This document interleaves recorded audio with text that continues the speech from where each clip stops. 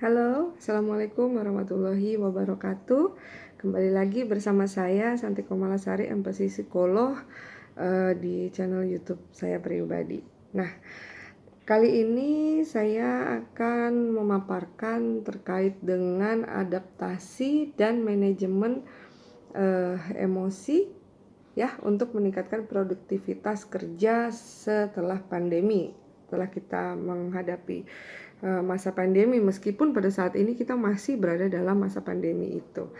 Nah, kenapa ini penting banget dibahas? Karena sebagaimana yang kita ketahui ya, tidak mudah bagi kita yang sedang hidup di masa saat ini memiliki kemampuan untuk bisa beradaptasi terhadap perubahan-perubahan yang terjadi.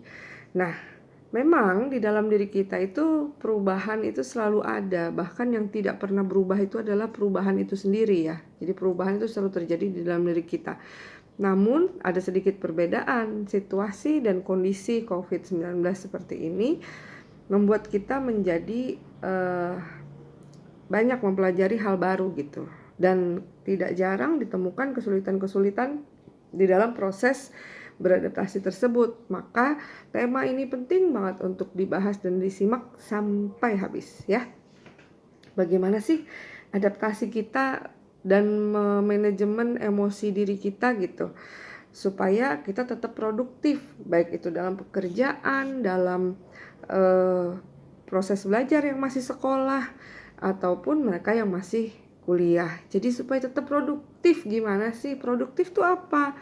Produktif itu bagaimana kita tetap bisa menghasilkan sesuatu, tetap menciptakan sesuatu, tetap bisa bekerja, beraktivitas, dan membawa manfaat bagi kita maupun orang lain. Nah, terkadang kita menyadari bahwa di dalam kondisi yang seperti ini, ada istilah yang sering disebut dengan generasi rebahan, yang artinya sekarang semua apa-apa dilakukan dari kasur atau dari kamar atau dari kursi sambil rebah-rebahan gitu.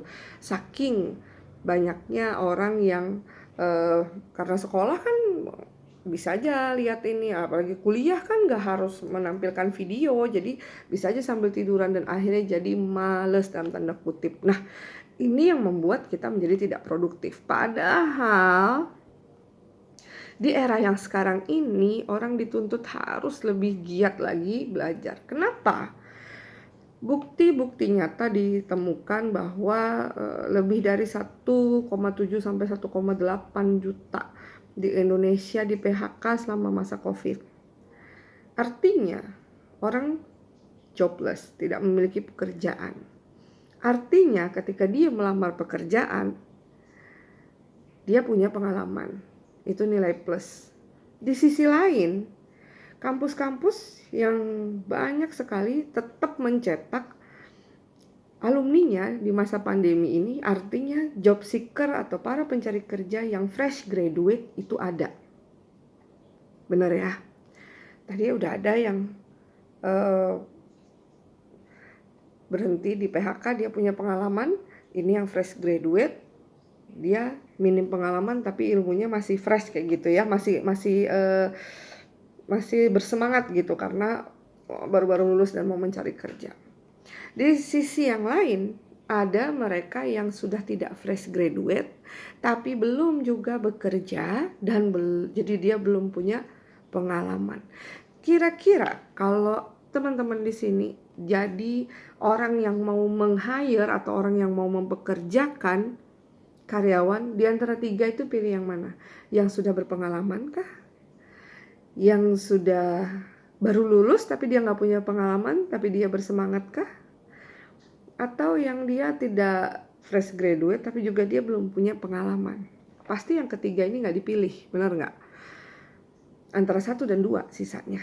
Nah, di masa yang sekarang ini yang kita harus melakukan penghematan di berbagai situasi dan di berbagai bidang termasuk di bidang keuangan, akan cenderung memilih yang mana? Orang yang berpengalaman sesuai dengan yang kita cari, atau kita harus ngajarin orang yang baru?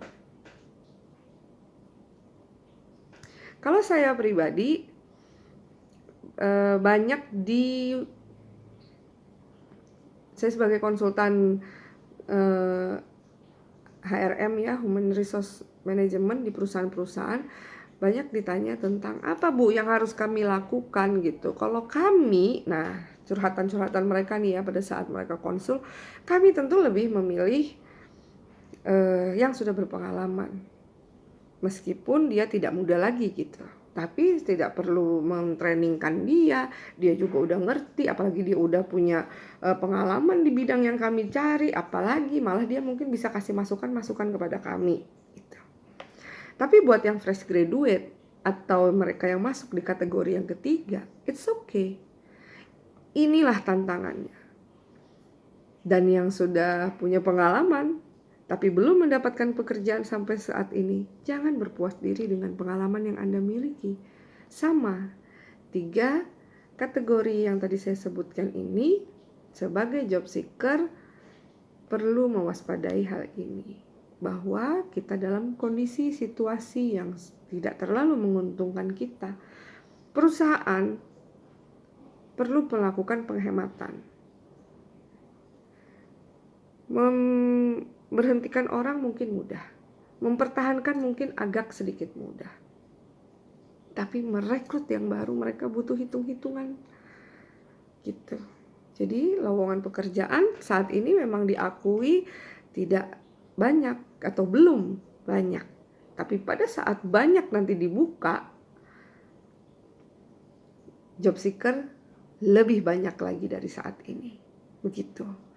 Dan saya beberapa kali diwawancara oleh media massa dan media elektronik nasional terkait hal ini, memang diakui buka lowongan pekerjaan tidak banyak yang mereka tanyakan tuh ya, yang mereka komunikasikan tidak banyak Bu, tidak seperti dulu sebelum COVID.